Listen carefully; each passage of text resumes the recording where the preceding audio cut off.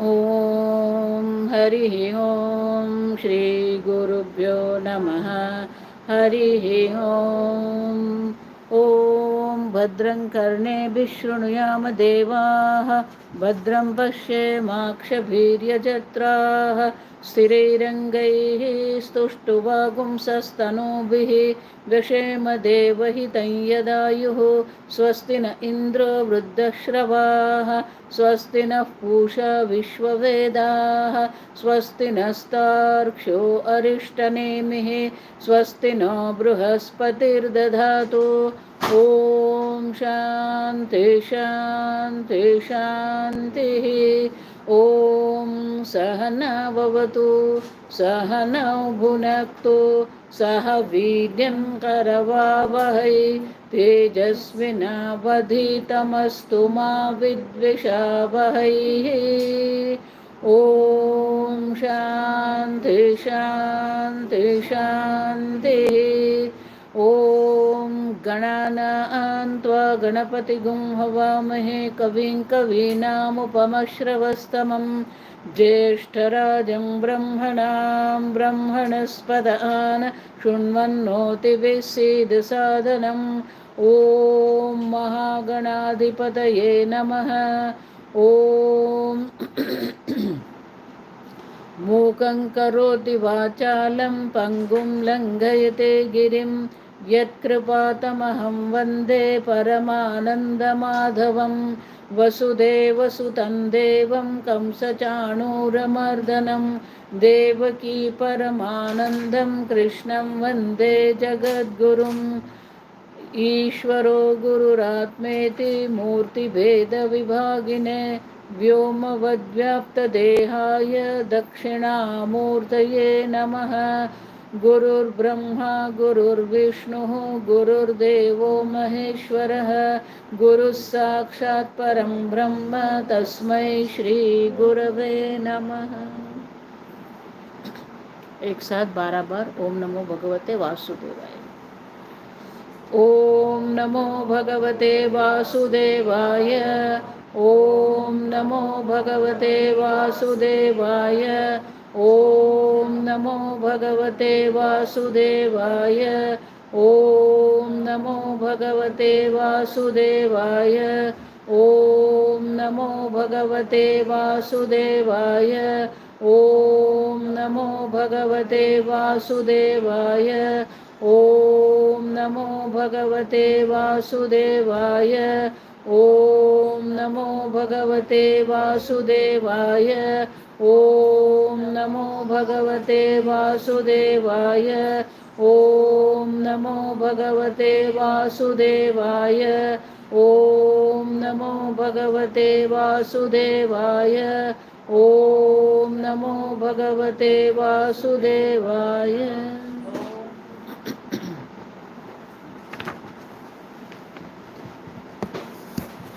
मंत्र।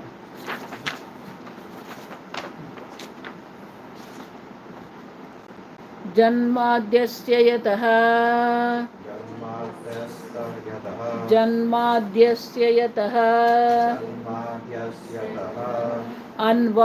अन्वयाद् इतरतः अर्थेषु अभिज्ञः स्वराट् तेन ब्रह्महृदा य आदिकवये मुह्यन्ते यत्सूरयः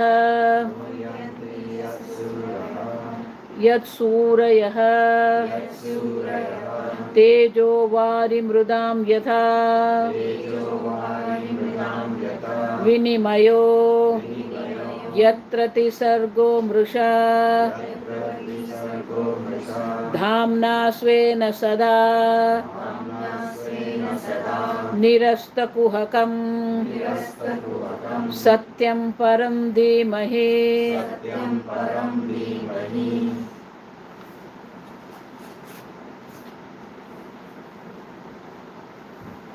Your transcription is horrible. I said Satyam Param Dhimahi. You know what he's writing? September Mahi.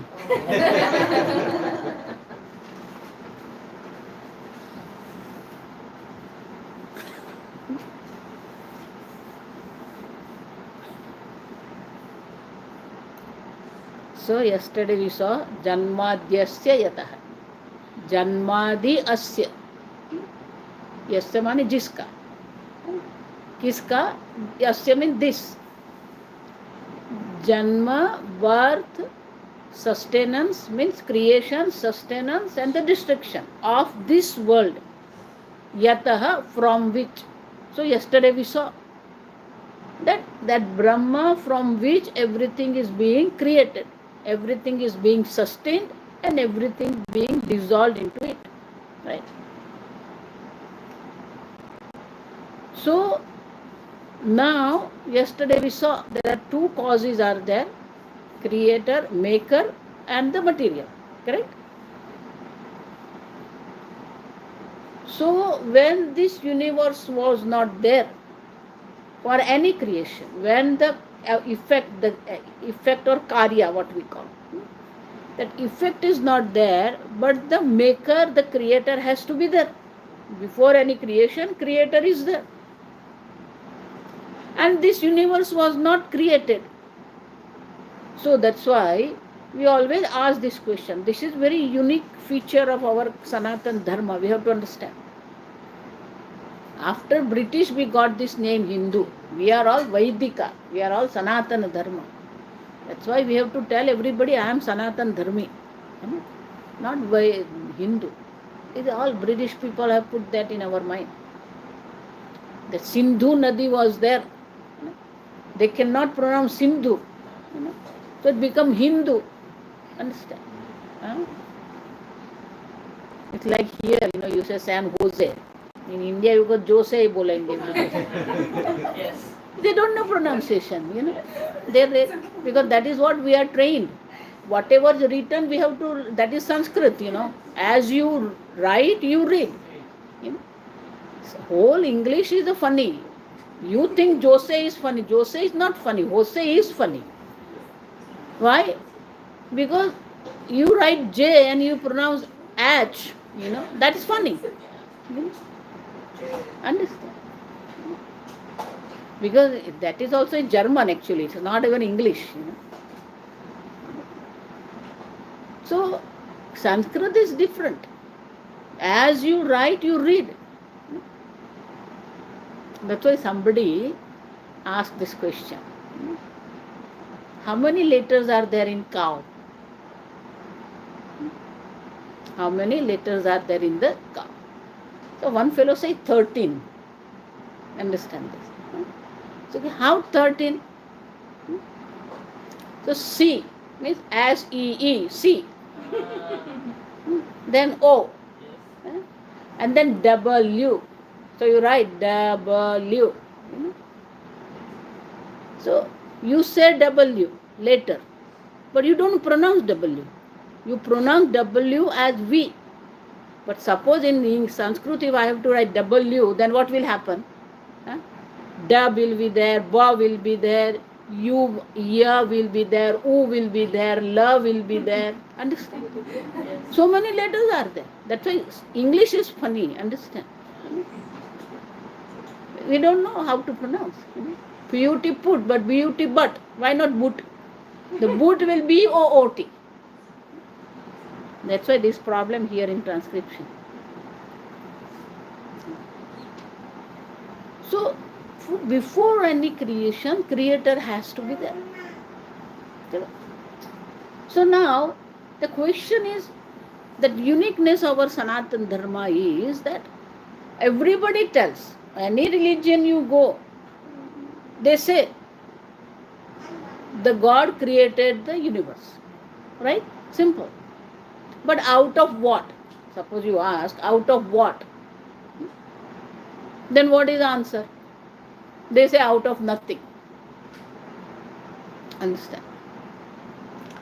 But the question is, if I make the pot out of the clay, the pot will be clay. Correct? You see the clay because that's the material. Similarly, if out of nothing I am creating something, then it has to be nothing. Can you create something out of nothing? No. That means something has to be there. Material has to be there. And therefore, what is the material out of which this universe is being created? That's a question. And that's why the yataha is important word for us. Suppose I say pot maker makes a pot. So pot maker makes the pot. The pot maker is the first case. It's called the doer. Subject, what we call it. Case ending is subject. Pot maker makes the pot. Then what we say? From the clay. From the clay. So from is a fifth case. That is what fifth case. Yataha, from which. So that's why when it says from which the universe is being created, that is Brahman. Understand?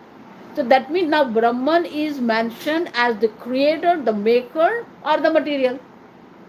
Do you understand? Brahman is the creator, that is clear. But it is also material. That's why the from Brahman, everything has come into being. In Gita also, matta parataran nanyat. Matta, that fifth case, understand?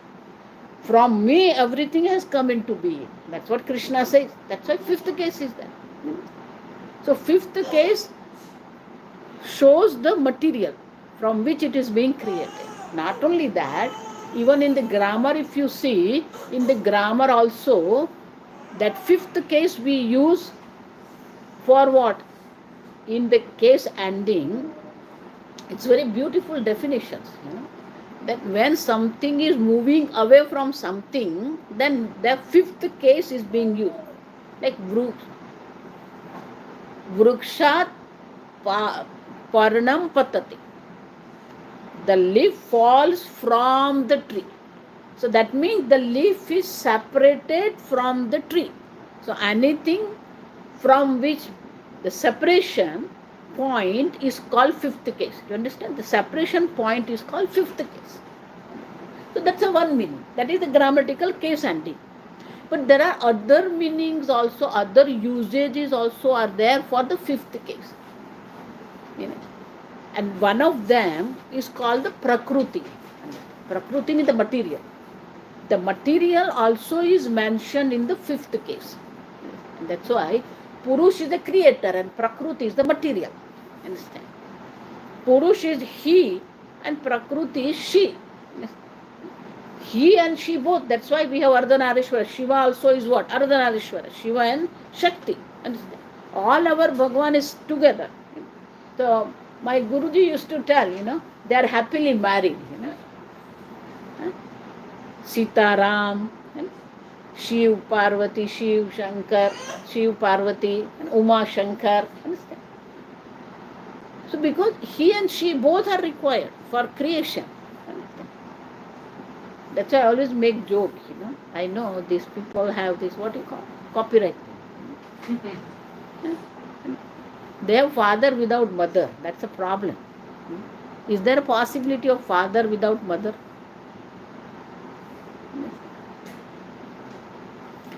So that's why the Prakruti is the fifth case. That means material also is Brahman. Maker is Brahman. The material also is what? Brahman. Now, if we understand this, then what happens? क्या हुआ अनु? कुछ हुआ?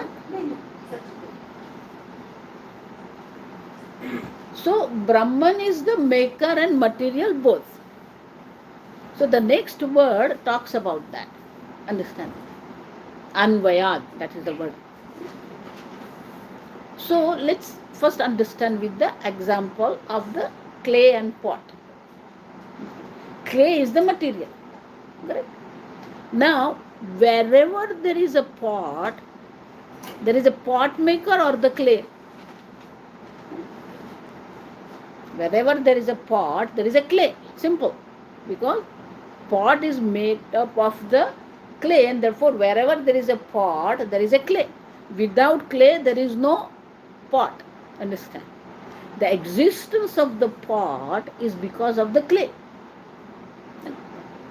So whenever you see the pot, without seeing the clay, can you see the pot? Without seeing the water, can you see the wave? No. Understand? So therefore, when it says that this creation, this universe is being created from Brahman, that means, where is Brahman? Wherever there is a pot, there is a clay. Huh? So wherever there is a universe, there is what? Brahman. So this is a contradiction. Without seeing the clay, I cannot see the pot. Without seeing Brahman, how can I see the universe? Understand? So that's why Anvaya. Anvaya means presence. Anvaya means presence. And Vyatirik means absence. So whole Vedanta teaching is this Anvaya and Vyatirik. Wherever there is a pot, there is a presence of the clay. It's called Anvaya. तो जहाँ भी हम हिंदी में अगर कहें तो जहाँ भी घड़ा होता है वहाँ ये मिट्टी का अन्वय होता है, प्रेजेंस होता है. लेकिन जहाँ भी wherever there is a clay, is it that there is a pot? Not necessary. Understand? So the existence, what we call the existence of the clay, doesn't depend on the pot, but pot depends on the clay for its existence. Right? So therefore the next word says Anvayat. Anvayat means it is present. The Brahman is all pervasive. In our simple way it is called Brahman is all pervasive. It is present in everywhere. Anvayat. Understand? Itaratah. Understand? Cha artheshu abhignah. So itaratah means other places. Means not here, everywhere this Brahman is present. Understand? And artheshu means objects. In every object, arthe seventh case, in every object, whether it is alive or inert, sentient or insentient. Understand? In every object, artheshu means in every object, it is present, is there. Okay, so artheshu. But who sees that? Understand? We don't see. That means what? Abhignaha. Abhignaha means it knows everything also. That means why? The pot maker, when we say, there are two qualities are required to be a pot maker. First is a knowledge, and other is called skill. Suppose I read how to make the pot. Want to आजकल होता है ये Google में. I always call Google Guru. You ask and you get the answer. Google Guru. So that artha, that object, understand? And therefore, pot maker, I read how to make the pot, right? I want to be a pot maker, so I read the instructions. By reading the instruction, can I make the pot? That means skill is required. Know-how and the skill, both is required. And that's why here the word abhigna. Abhigna means one who knows. That means he is the maker. Understand? Yataha shows that it is material. But abhigna means he is the maker also, creator also. And this creator word is very dangerous, understand, in modern science. Because no physicist is ready to accept the word creation. Because as soon as they will say universe, world, understand. But never, you see, in physics, you will never see the word creation. You know, why? Because as soon as you say creation, then creator come into the picture. But they don't want that, understand. Therefore, they never use the creation word. You open any physics books and see if they use that. We both graduated with our degree in physics. Both are physics graduates. Ah, okay. So am I right? Yes. I mean, Have you heard that creation word in your book? Not in the same, not with the same meaning. Yeah. Understand. Because they are afraid of that, They have to accept the creator. Therefore, in Seattle, when they started the genome project, in Seattle, when they started this genome project, the person who was the head of this project, the scientist, the genetic scientist, he was atheist. He was not believing in Bhagwan at all. But as they were progressing, and there they were seeing, gene, and then as they were seeing all these things, he was surprised that how only 4 is there. ATGC, understand? Whole DNA is ATGC, 4. But they are arranged in such a way that now this gene is for the heart, and this gene is for the muscles of the heart, So everything is being planned, So by the way, he was halfway, He started thinking himself. He started questioning himself. That such a beautiful way, arrangement, cannot be by itself. That the inert object cannot arrange itself in such a beautiful way, intelligent way. Because there should be some conscious being behind it. Otherwise, it doesn't happen. So, before even the project was over, his book was there. Now it's available in Amazon also. It's called. Then he thought that, okay, so somebody means what? Here they have somebody means God. That's the only word they have. We have so many words. Paramatma, Bhagavan, Ishwar, Prabhu. They have only one word, God. So that's why he has written a book called This Whole Gene is a Language of God. He has to accept that. In Sanskrit we call Asti Kaschid Apar Shakti. There's supposed to be some infinite power. Infinite knowledge has to be there, otherwise this universe is impossible. So that's why he said Abhignaha. Gnaha means knower. Abhignaha, very well knower. Understand? Abhi means total. He has a total knowledge. All power, all knowledge. So as the pot maker is having a knowledge of the making the pot and the skill to make the pot, similarly this Brahman is the maker, Abhignaha, knower of everything. And not only that, he has a Shakti also. That's why he's called all power and all knowledge. Understand? In some English you call omniscient and omnipotent. Now I always tell, omniscient, writing omniscient, whatever you know English, but when you start writing omniscient, you will question I is first or E is first, For a second you question yourself. So that is our knowledge, understand? Limitation of our knowledge. So he is all knowledge, all power. Understand? So that's why he is all knowledge, all power, and Anvaya means there is a presence of Brahman everywhere, means he is all pervasive. See how beautiful it is. In simple language, it's talking about this. And therefore, Janmadhyasya yataha Anvaya, because of the presence everywhere, Artheshu, in every object it present. And Abhignaha. Not only he is Abhignaha, Swarat. Swarat means emperor, means he is independent. We depend for everything.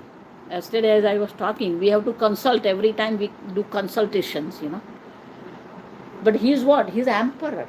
He is the king. That's why we saw Akhil Brahmanda Nayaka. One of the word for Bhagwan we use is called Akhil Brahmanda Nayaka. He is the one who is the leader. He is the king of the entire universe. Not this solar system or the earth. He is the emperor of the entire universe. That's why Akhil Brahmanda Nayaka. Understand?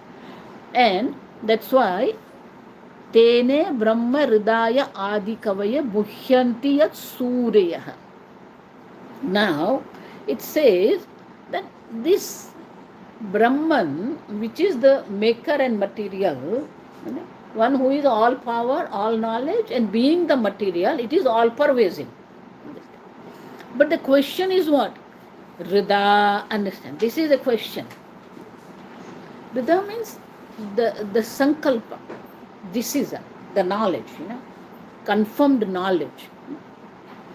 So, we accept Ishvara, everybody. Like you go to India and Sanatan Dharma, everybody says Ishvara is, Bhagwan hai. But who is Bhagwan, where is Bhagwan? Then we are all confused. Bhuhyanti means we are all confused, We don't know. Everybody is confused. Even though anybody, Kavayaha means what? Adi Kavaye means the ancestors, all our rishis, ancient rishis, all are confused regarding the nature of the Ishvara. Understand? Nature of all Ishvara, they are all confused.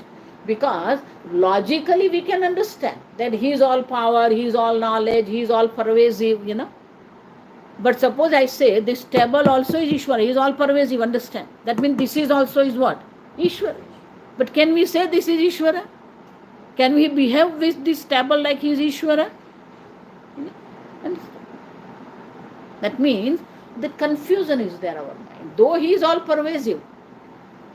That's why in Kathopanishad says, Esha Sarveshu Bhuteshu, this Ishvara, the Brahman is in every being, But we don't know. Confusion means we don't understand. And therefore, the verse says that all these Adi Kavaya means starting from the Brahmaji, all rishis are all confused regarding the nature of the Ishvara. Understand? Not only that, Yat Suraya. Surya means Devata. All gods also are confused. Because they don't understand this. Logically, that's why I always tell. Vedanta, logically you can understand. But when it comes to the realizations, it's very difficult. Because when you say everything is Ishvara, हमारे शास्त्र में भाषा में भी होता है, कण कण में ईश्वर है बोलते हैं. हमारे दादी और उसकी दादी भी, उनकी दादी भी बोलती रहती थी, ईश्वर कण कण में है. ये बहुत स्वाभाविक है. But the understanding is not that. And that's why I say, Yat Surayah Muhyanti. Even Devatas means all the gods, those who have a special power, they are also confused about the nature of the Ishvara. And therefore, what we have to do? So, next sentence is very beautiful sentence. That this world which we are, this universe which we are calling, this universe is made up of what? So it says, Tejo Vari Mrudam Yatha Vinimaya. Tejaha means fire. Tejaha means fire. Vari means water. And Mrud means earth. So generally in science they have 4 elements. In this thing. Here they accept 4 elements. Air, fire, water and earth. But we have 5 elements. Space. That's why that day I was telling Krishna, there's all these physicists, they are breaking their head for these dark matters. Now also they are breaking their head, I always update myself. Okay? Krishna knows that. So, they are all breaking their head for this dark matter. But if they accept the space and element, then there won't be any problem. Because for us, Akasha is element. Understand? Yeah. That's why Akasha, Vayu, Agni, Jal, Prithvi. 5 elements we call. The 5 elements we accept. Space, Akasha, space, Akasha. So that's also element. But we cannot perceive it. And therefore, but here only 3 are mentioned. Fire, water and earth. So why only 3 are mentioned? We have to see this clearly. Because 2 Vayu and space, what we call akasha, they are not murta. Murta means there is a shape and form is there. So these three are murta, means with our senses we can experience them. And therefore, only those we can experience are mentioned. But doesn't mean that Bhagavata doesn't accept these other two. Other two also are there. And therefore, Tejo, Vari, Mrudam, Yatha, Vinimaya. So, these three are there, and these three are already there. We experience these three, and Yatra Trisargaha Mrusha. Trisarga, because that this elemental, three elemental object, this three elemental universe is there, which is made up of these three, understand, is what? Amrusha, Dhamna, Amrusha. So this Mrusha means Mithya, false, understand. And therefore, it says that Mrusha means false. Why do you say false word here? You have to understand this. Why you say they are false? Now, we have to understand the reality, what we call reality. We say this table is reality. Okay. See, in your culture here, when you say something, touch wood. You say touch wood. Did you touch table or did you touch wood? Look at this.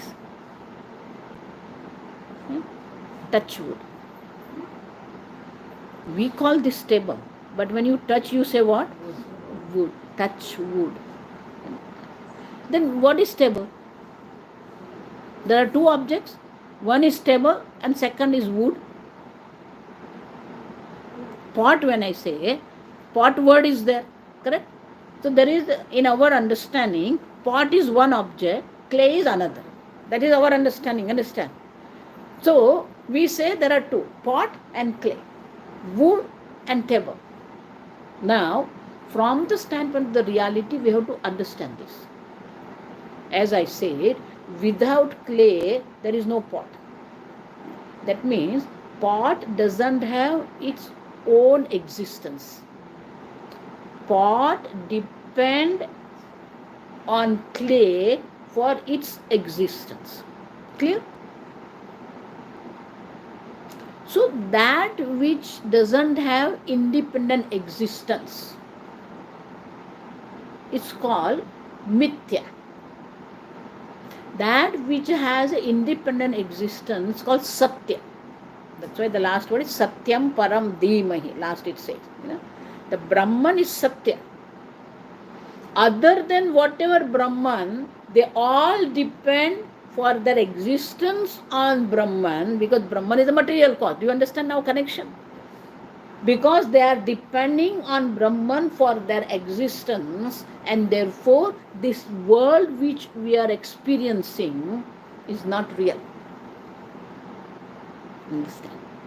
Though you say table, I always take the example of pot and clay. Suppose I say, what is pot? Understand this properly. You say this is pot. Now, we have five senses, right? With five senses, we are perceiving five objects. First one is with the ears, we perceive the sound. Now, because your brain is programmed for English language, it is sound only. This is sound. We call it language, commonly accepted. And your brain is programmed for that. That's why you are understanding what I am telling, because that English language. But it's sound only. A is sound. So, first one is, that's why with this ear, you hear only sound. Your brain understands the English. So, Shabda. Then Sparsha. With this skin, we have a sense of touch. Sense of touch is there. Then with the eyes, we see the name, form. different forms and colors we see with the eyes. And with the tongue, we have a sense of taste. And nose, it is a sense of smell. So these five, Shabda, Sparsha, Rupa, Rasa, Gandha. Five objects are. Okay. Now look at the pot. Whenever in Bharat, whenever we go to buy the pot, we do the tick tick. Huh? Right? So two things are there. One, that sound, we see that whether the pot there is a crack or not. From the sound we can understand whether there is a crack in the pot or not. Now, when you listen to the sound, understand this. Is it the sound of the pot or sound of the clay?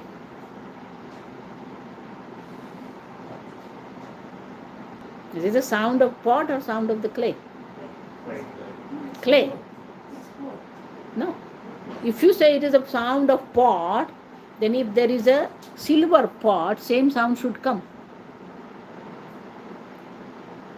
If it is a sound of the pot, then for the silver pot, same sound should be there. It's not a sound of the pot. If the sound of the pot, then clay pot and silver pot should have the same sound. But they doesn't have the same sound. That means it's a sound of clay. Yeah, but the fact is the way you mold the material makes difference. No, what I'm telling is the sound is you when you hear what you understand. This is a clay pot, you understand or not? So your knowledge is what?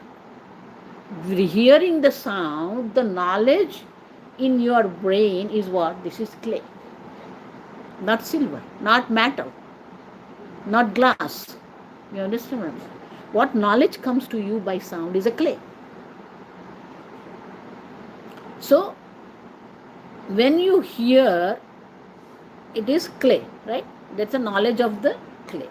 Okay. When you touch, so your touch, the sense of touch tells you it is pot or it is clay. You touch the pot or you touch the clay? Clay, right? Okay. Then, when you taste, is it taste of the clay or taste of the pot? Clay. Smell, first time when we feel the water in the pot, clay pot, there is a nice smell is there, right? Smell is smell of the pot or smell of the clay? Clay, correct? So now, your eyes are telling this is pot. Understand? I didn't say this one. Eyes are telling this is pot. Other four senses are telling this is clay. Then who is right? This is pot or this is clay?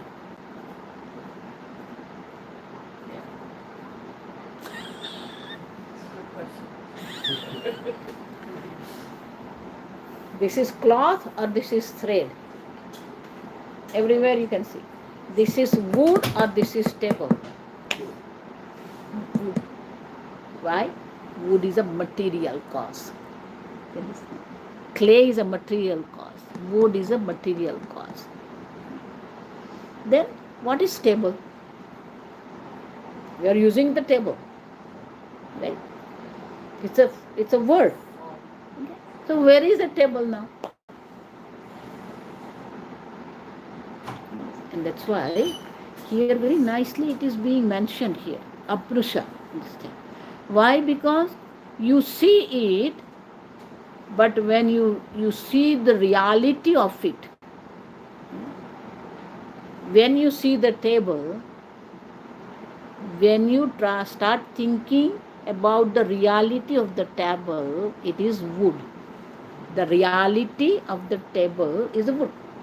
The reality of the pot is a clay. The reality of the cloth is cotton. So then what is pot? What is, because we are using the word pot. If we are not using the word pot, no problem. But we are using the word pot, understand? And therefore, it's beautiful in Chandogya Upanishad it says, There, it's instead of using the word Brahma, it uses the word Sat, existence. Existence. Sadeva Somya Idamagra Asa.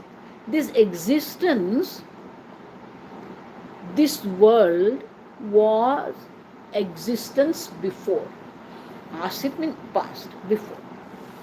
And that existence is what? Ekam eva advitya. It is one non-dual existence. Then what is this world? Because we are experiencing world. You know? So it said Vacharambhanam Vikaro Nama Dheyam. Vacharambhanam Vikaro Nama Dheyam. Nama Dheyam, Nama Matra. Only the name part is there. And where? Vacharam. Vacha means tongue, speech. In your speech, on your tongue, you have the word pot. Understand? But when you look into the existence, what comes is what? Mrittika eva satya. That clay is the reality. From the standpoint of the pot, the reality is the clay. That means the object, what we say is what? Clay. There is no pot. Pot is in your tongue. But outside, what you see is clay. Similarly, this entire creation, what we are experiencing, it is what? Brahman. Whatever, that means what? What is a creation now? Before the creation of the pot, there was a clay. After the creation of the pot, there is a clay.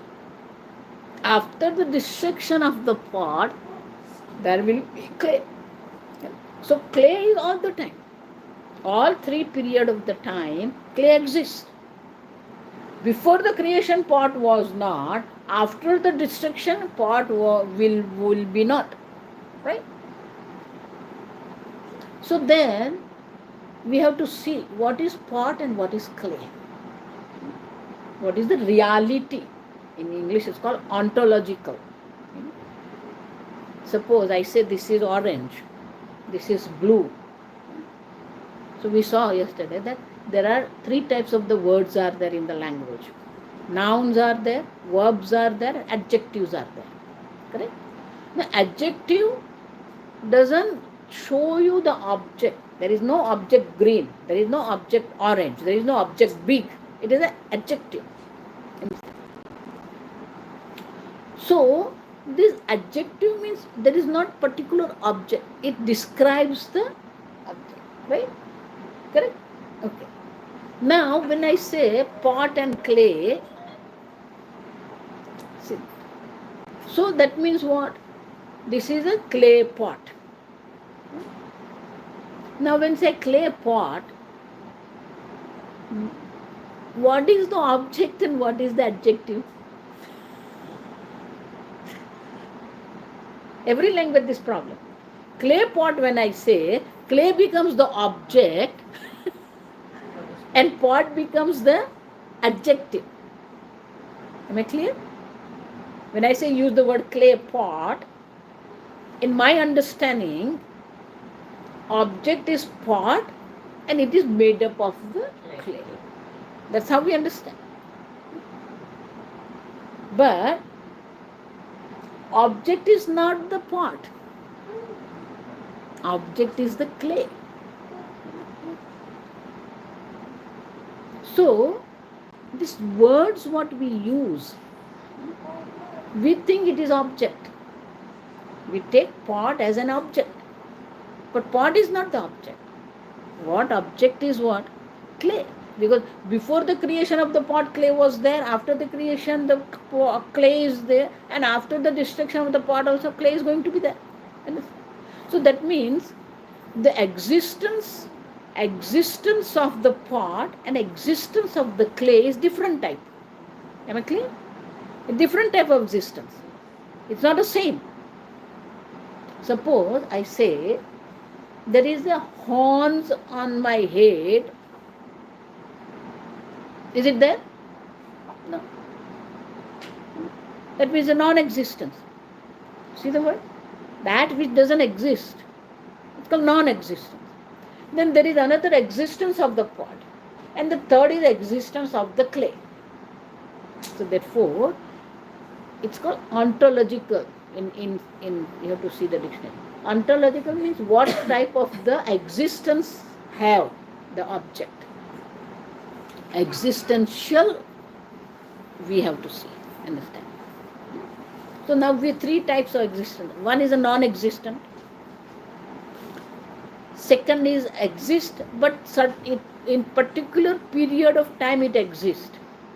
And third is existing in all three period of time, past, present and future. Right? So that means we have to name them because they are not same. The existence of the pot and existence of the clay are not same. And that's why we have to use certain name. Certain word needs to be there. Like orange, green, blue, big, small, tall, small, when we say, same way, for this also we need to have a word. And therefore, in Sanskrit we have three words.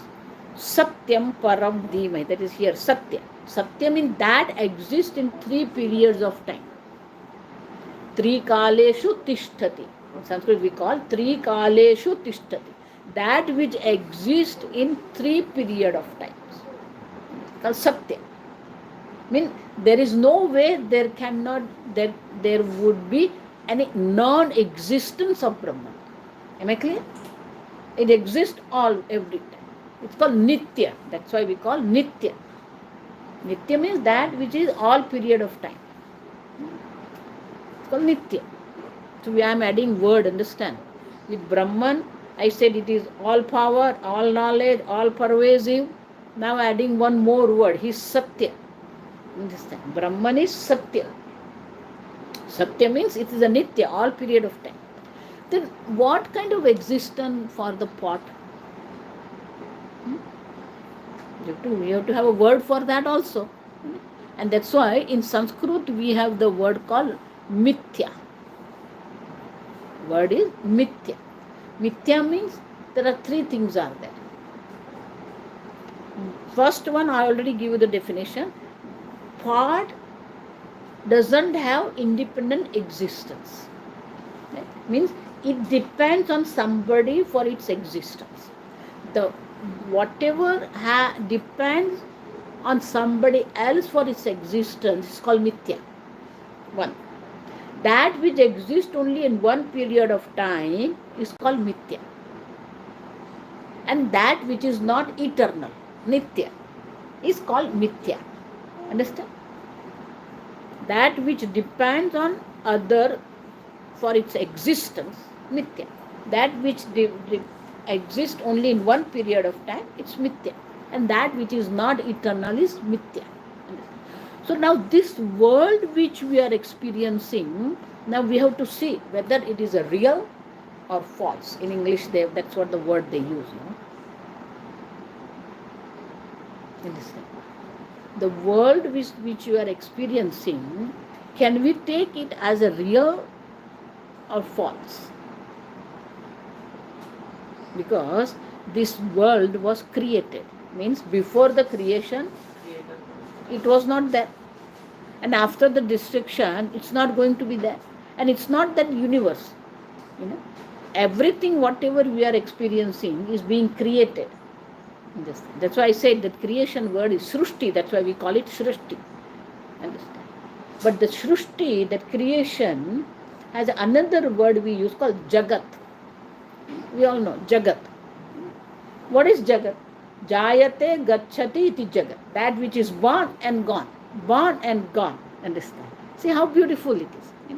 The word itself is telling you everything. Everything in this world is born and gone. We think that, oh no, I'm going to live 80 years. But from the standpoint of the sun, the life of the sun, what is our 100 years? Tell me.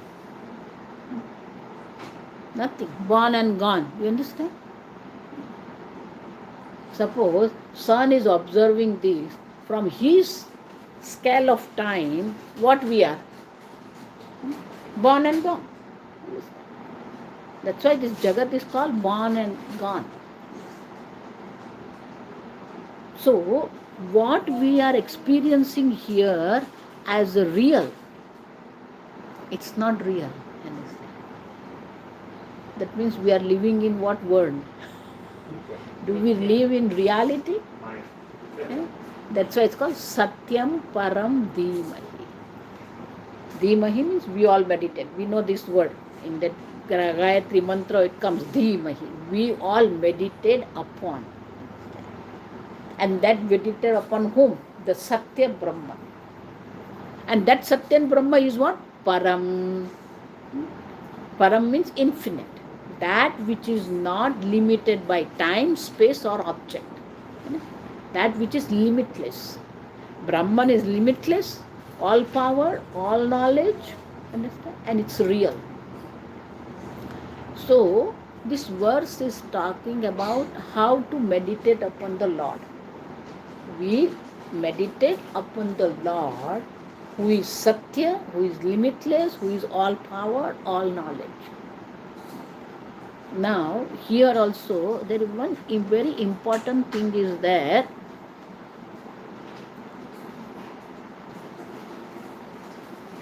From the standpoint of the pot, understand this, from the standpoint of the pot, clay is the cause and effect. Clay is cause and pot is effect. Karya, Karan, we call it. But from this standpoint, when I say, it becomes relative. Right? That means this entire world also is relative. It's not Einstein found out in 905 that relativity. We already knew this whole world is relative.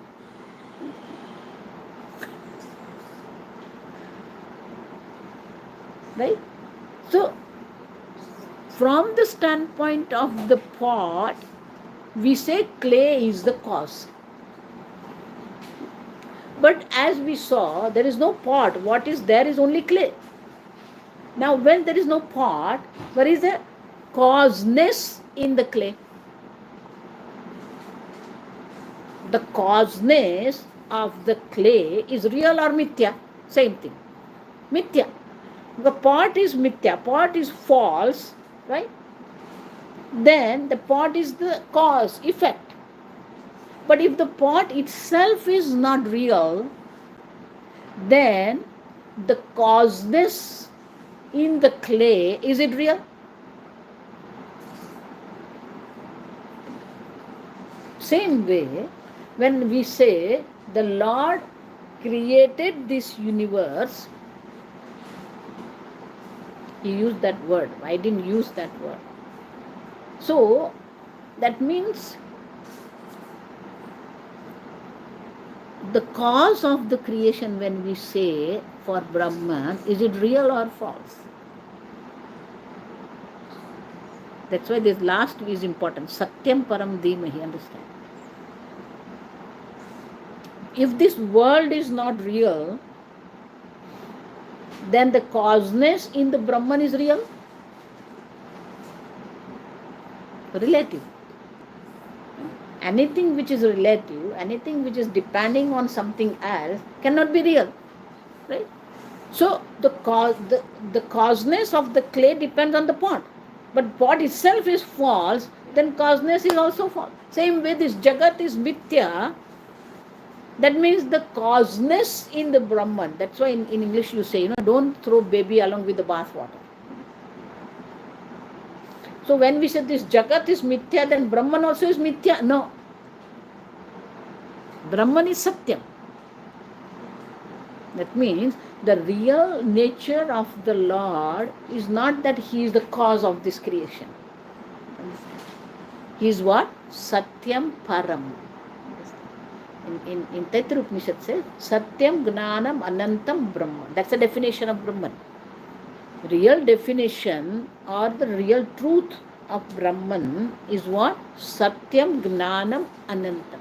Satyam means real.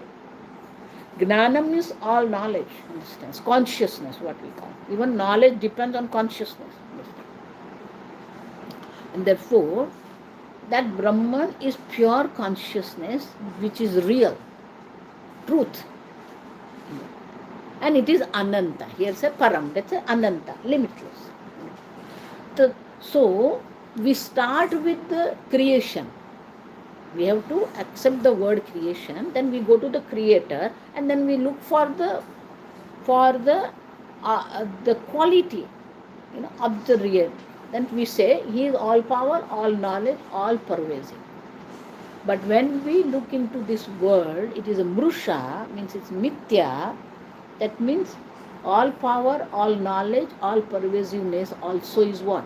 Relative. The reality is what? Satyam Param Dhima. We meditate upon the true nature of the Lord. That is Satyam. And therefore, this verse is actually, if you see, this verse is the essence of Vedanta. This is what we have to understand. Now, there is one more question is there.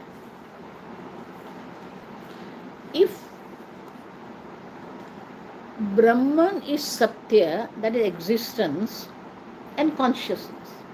Existence and consciousness. Then who are you? Now next question. Okay. We understood Lord is the maker and material, and He is all power, all knowledge, all pervasive, and He is the reality. Okay. But in this entire universe, who are you? What is your position? You have to ask that. Am I real or false?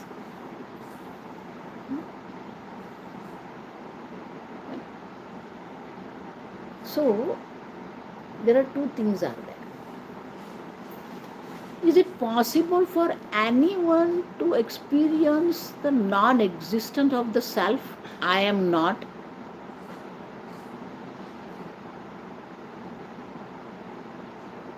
Can you experience I am not? You are always I am.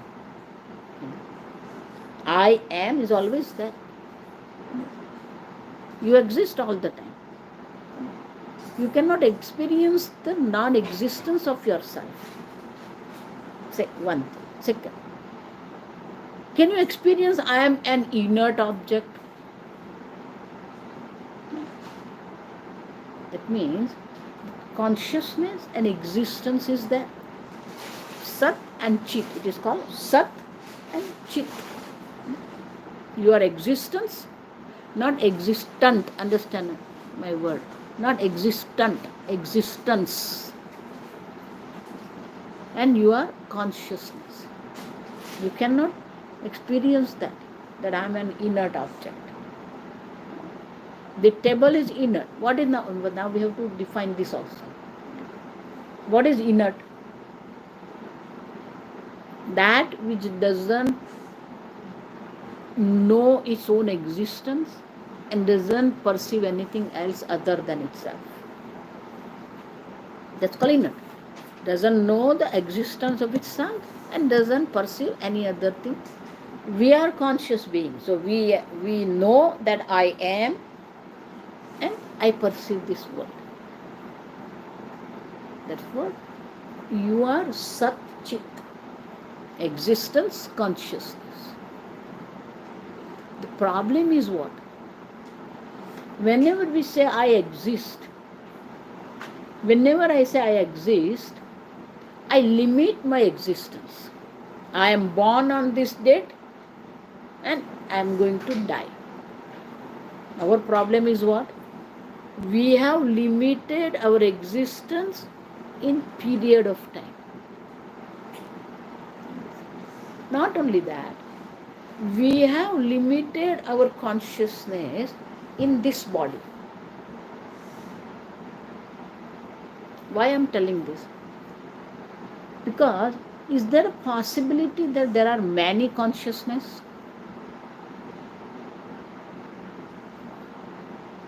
One consciousness here, one consciousness here, one consciousness here, one consciousness here, another consciousness in the ant, another consciousness in the dog.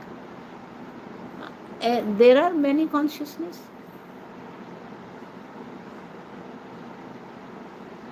Okay, we'll go different way.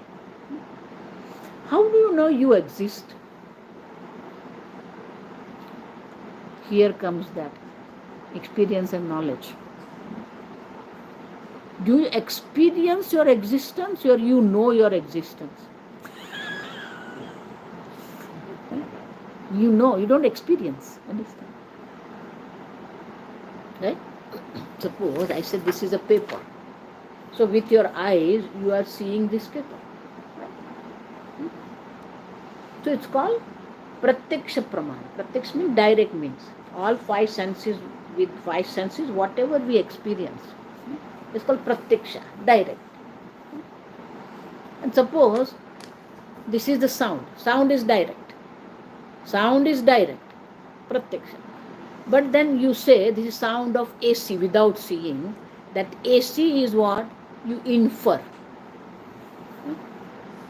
Just now somebody was telling me that he has this 3 years old boy. By the sound of the car he recognized this is Honda, this is Ferrari, this is BMW.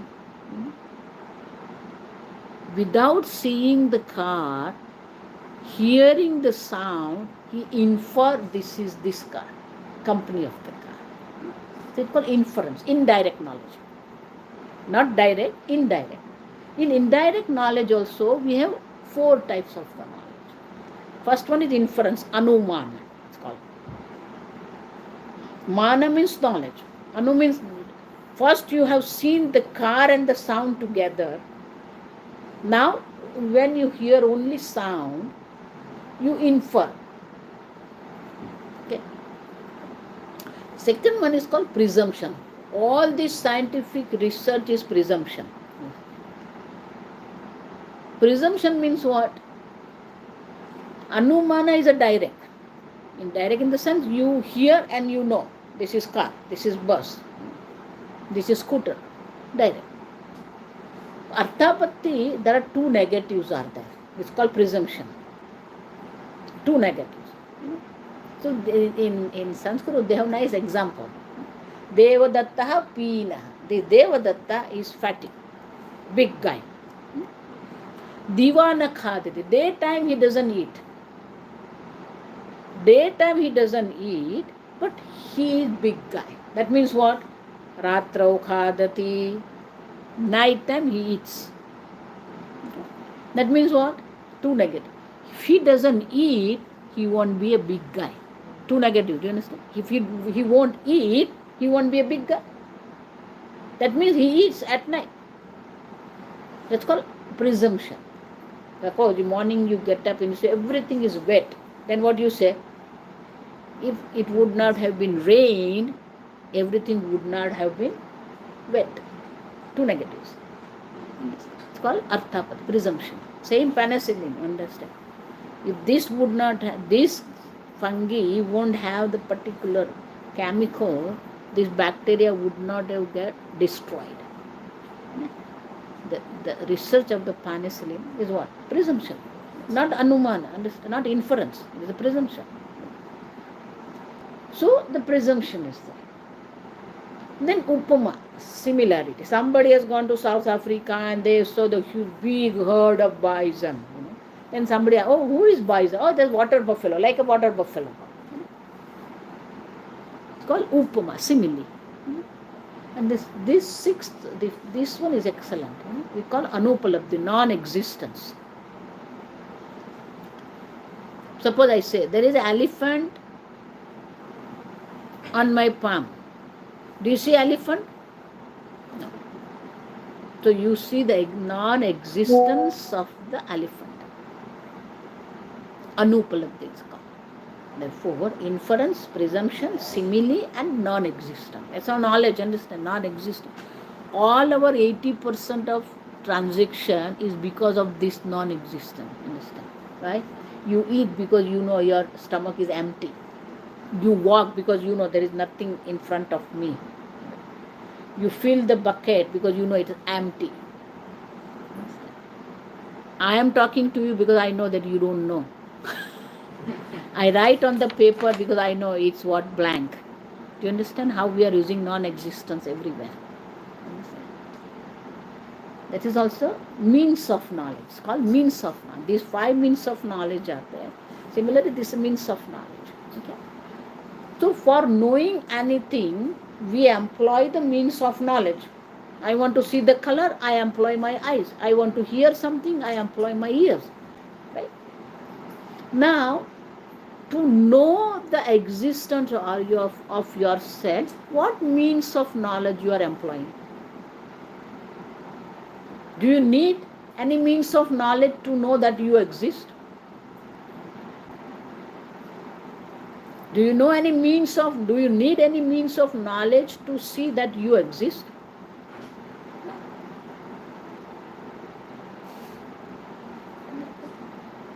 So that which you perceive with your sense is called pratyaksha. That which is not pratyaksha is called paroksha, away. What about you? Are you pratyaksha? Are you paroksha? Who are you? Do you need any means of knowledge to know your existence, your consciousness? No. That's why it's called aparoksha. Understand? Aparoksha means self-evident. You are self-evident, self-existence consciousness. Am I right? Self-evident, self-existence consciousness. That means you don't need to use any means of knowledge. In Sanskrit we call it Swata Siddha Swaprakash Chaitanya. Right? So that means you are Satyam, because you exist, you don't experience the non-existence of yourself. You are consciousness. Right? So there are two Satya. There are two consciousness. One consciousness is Bhagavan, because his knowledge is there, and he is Satya. And you are also Satya, because you never experience non-existence of yourself. And you are consciousness. Right? So there are two consciousness. Original question. Are there many consciousness possible? If I say two consciousness, then what will happen? One I am.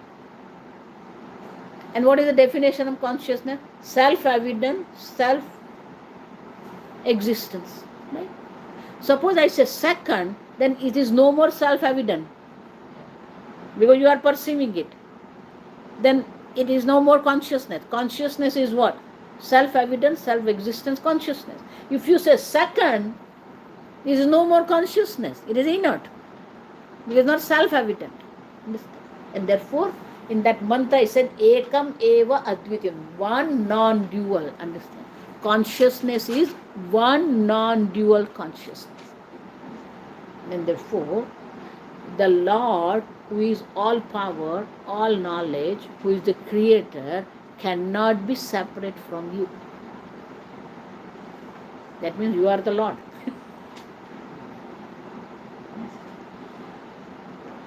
But I don't understand. That's why I said Dhimahi. I need to meditate upon. I need to contemplate upon on this. Then only I can understand it. So here Dhimahi is not just meditation. It is contemplation. You have to assimilate. That very beautiful word is there. Assimilation. What you are hearing now, you need to think upon it, and you have to assimilate this. Then it becomes your knowledge. It is my knowledge. It has to become your knowledge that you are one non-dual existence consciousness. And there is no second. That means there is no limitations. When two are there, then both of them are limiting each other. But it is one non-dual. That means nothing is there to limit yourself. And therefore, you are limitless consciousness. That's why if you see in the second chapter, when Bhagavan started teaching Arjuna, that nice verse is there. Avinashi tu tadvidhi yena sarvam idam tatam. This Atma, the self, is avinashi, non-destructible. That means it is nitya, satya. And yena tatam. Tatam means vyaptam. It is all pervasive. But we have limited our consciousness in this body because I am body. So there is an identification with this body, and therefore we take ourselves limited in time called death and limited in knowledge consciousness. So our problem is not this world. Our problem is that we don't have the knowledge of the true nature of the self or true nature of the Lord. And therefore this verse talks about that we have to understand that I am that non-dual consciousness which is not separate from the Lord. Because only reality in this world is one non-dual existence consciousness. So this is the meaning of the verse. Tomorrow we see some more. Om asato ma sadgamaya tamaso ma jyotirgamaya mrityorma amrutangamaya. Om purnamada purnamidam purnat purnamudachyate purnasya purnamadaya purnamevavashishyate. Om Shanti Shanti Shanti. Hari Om Shri Gurubhyo Namaha. Hari Om. Hari. Any questions?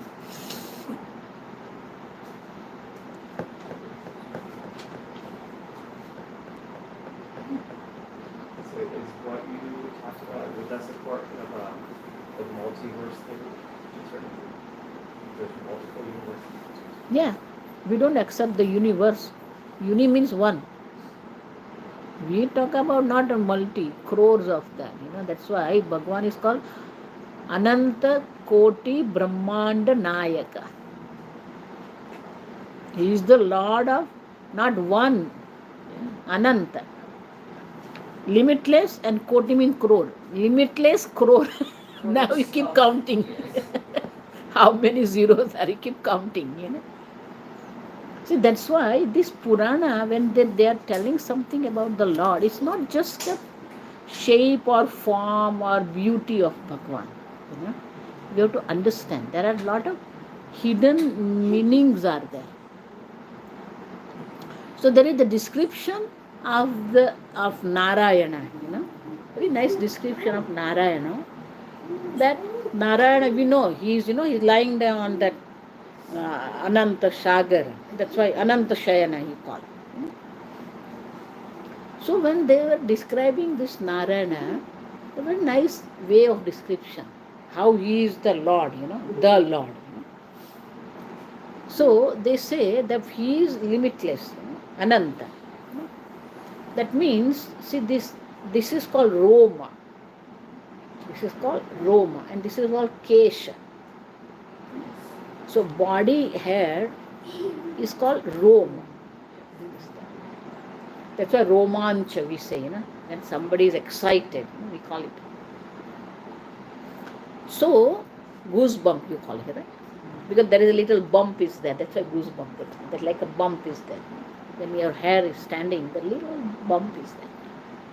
So if you see this in the microscope, there is a little dent is there. Wherever there is a hair, tiny dent is there. Understand? Now, when Bhagavan is huge, then this dent is like a well, kupa, like a well. It's huge.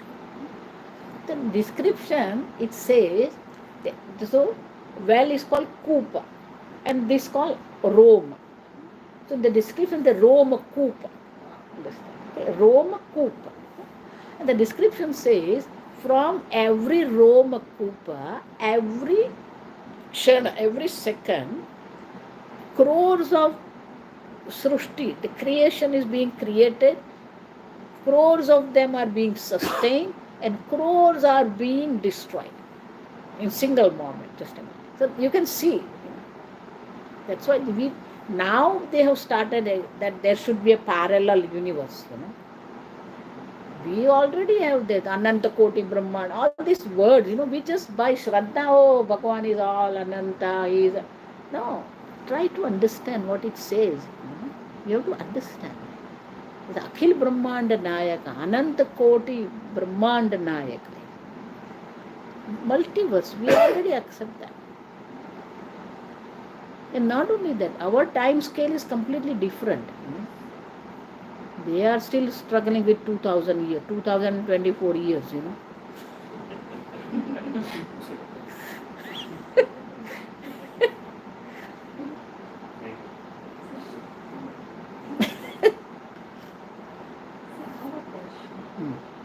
you said, right, and knowledge-wise, we know Bhagwan is everything. Everywhere Bhagwan is. Not knowledge-wise, faith-wise. So everything has Bhagwan. But when we get a Everything not has, but everything is Brahma. everything. But then when we get a mystery of Bhagwan, right? When प्राण प्रतिष्ठा करते हैं, ये करते हैं, तो भगवान को ऑलरेडी थे कि प्राण प्रतिष्ठा का मतलब क्या है? और दूसरा, हर चीज में भगवान है, मैं कुछ यूज ही नहीं कर सकती, जमीन पे भी कैसे चलूं, भगवान को कैसे Because you are also Bhagwan. So Bhagwan is walking on Bhagwan.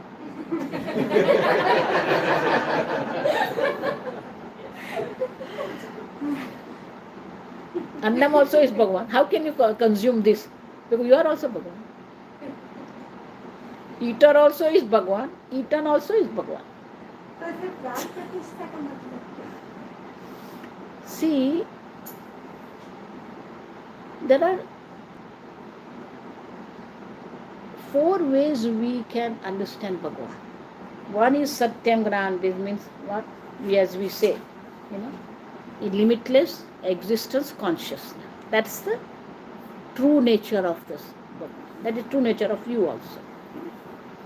Then, being the creator, he is a cause of this creation. Then being the cause, he is all pervasive, understand? Being the cause, he is all pervasive. But our intellect is not ready to understand that. Therefore, that one which is a limitless existence consciousness, we call Nirguna Brahma. Nirgun, there is no quality. Nirgun Brahma. Then, when I say he is the creator, that means gunas are there, qualities are there, 3 qualities already have, all power, all knowledge, all pervasive. So qualities are there.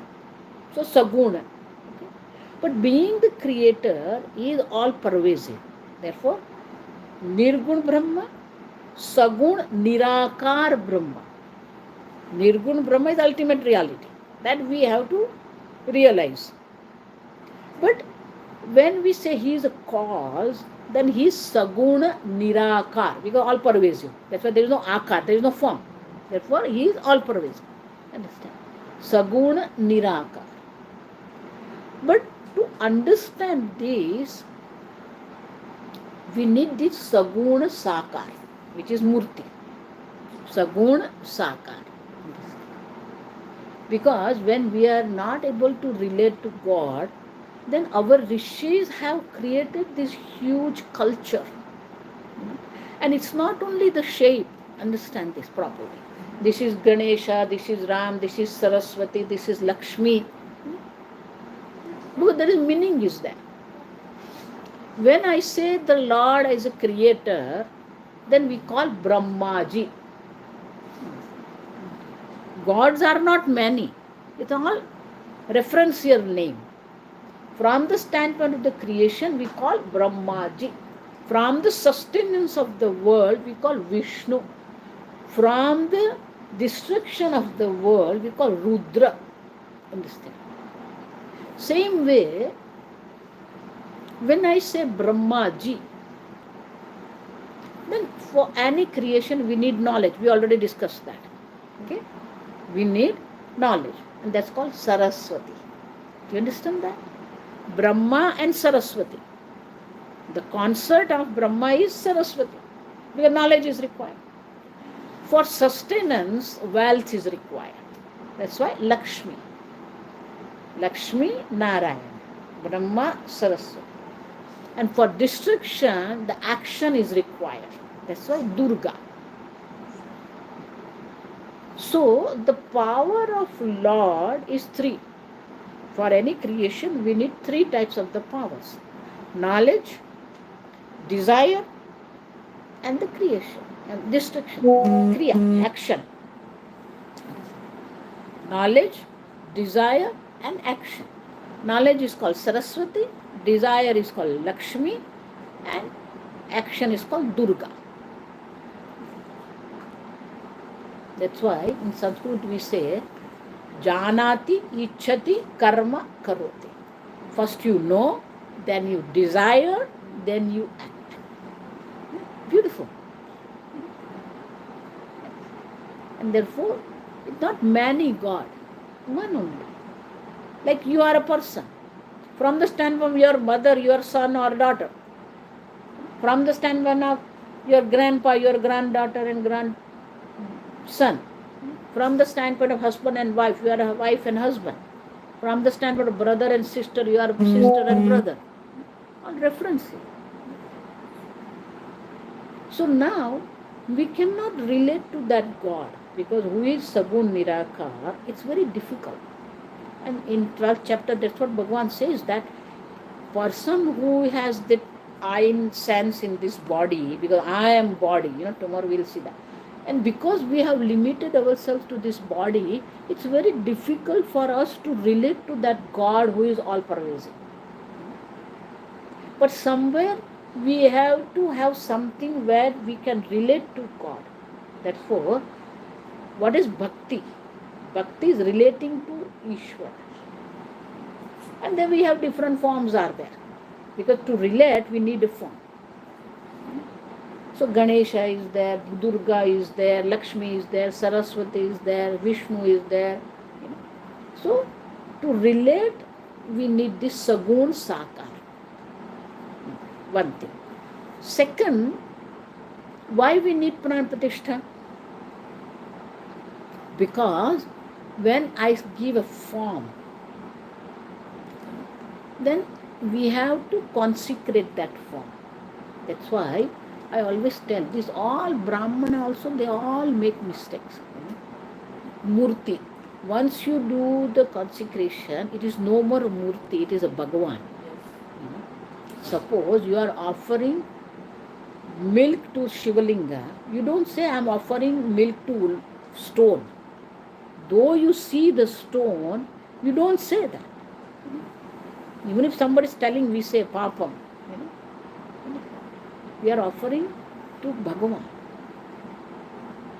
So our Rishi has created this culture. It's not only the form, understand.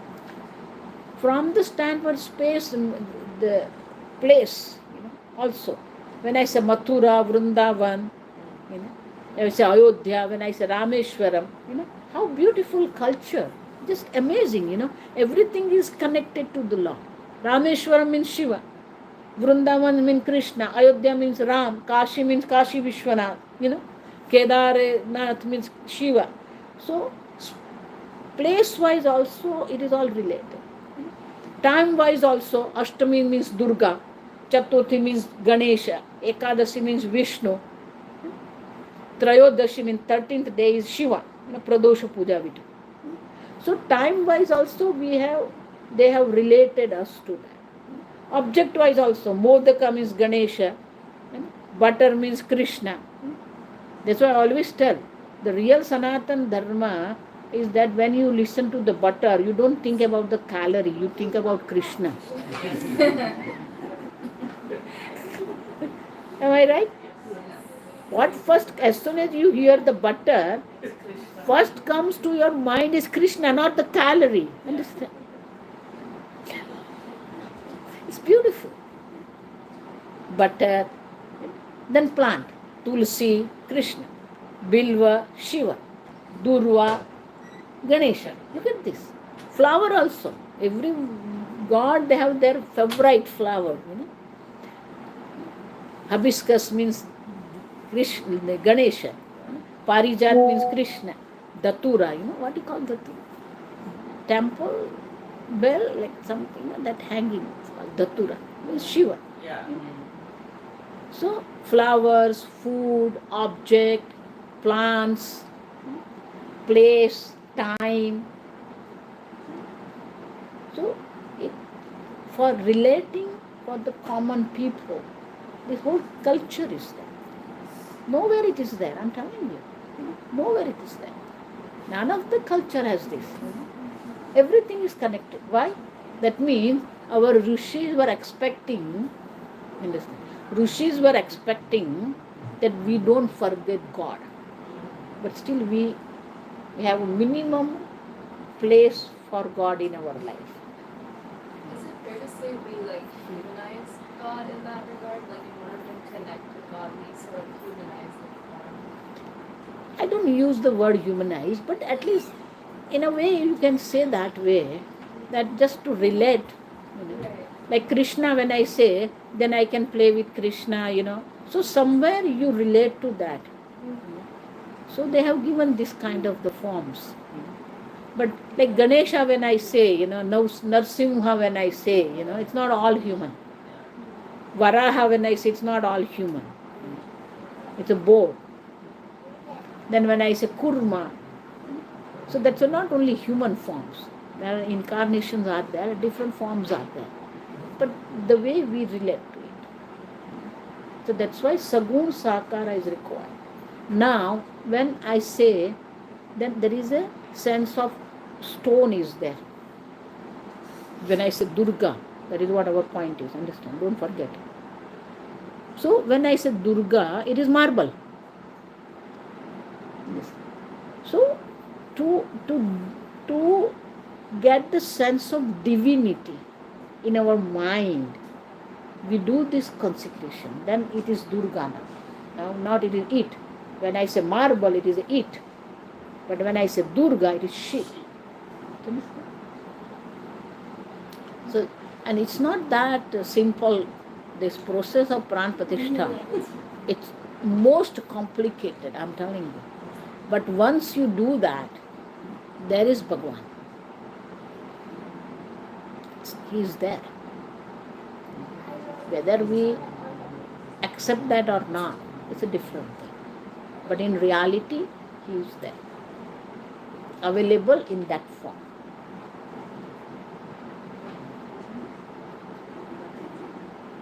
See, in our ashram in Coimbatore, our ashram is there, Ashvidya Gurukulam.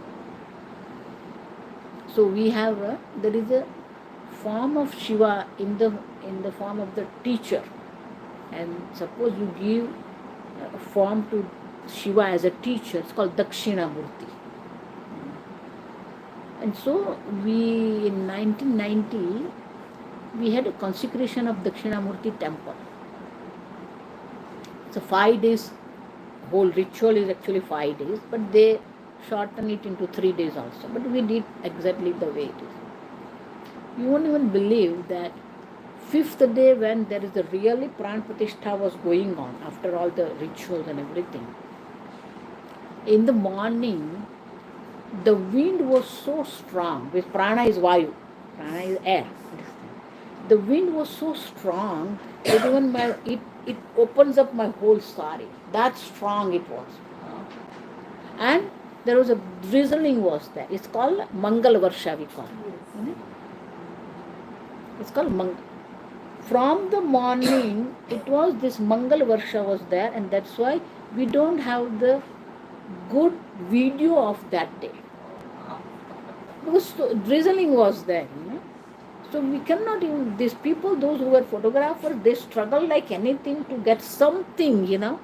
But they could not get it because all drizzling, you know. And wind was so strong that even we could not even stand.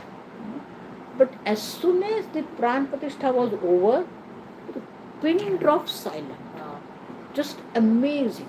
That means whole Vayu was activated to get there in that Dakshinamurti, you know. The Vayu was activated to enter there.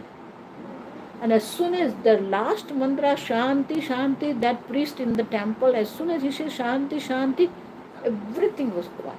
Just amazing. That experience is just amazing. It's there. We have to accept that. That mantra has a capacity. Every mantra has a capacity. We have to accept. That's our rishis, So much things they have given us. But we are not ready or we are not available to understand what they have given us. We are so busy with our earning and our enjoyments, so that our brain is not available to understand the depth of it. It's so much profound. That's our culture. So then that means we take it as God. The Pran Pratishtha is there.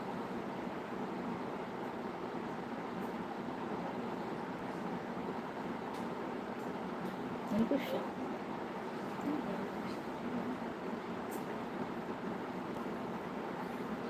Can I stop at it? Yeah, that's really it. So the question is, if God is everywhere, why are we worshipping? No, that's what I explained, that we What your cannot. answer? Oh my God. I like that. Take it literally.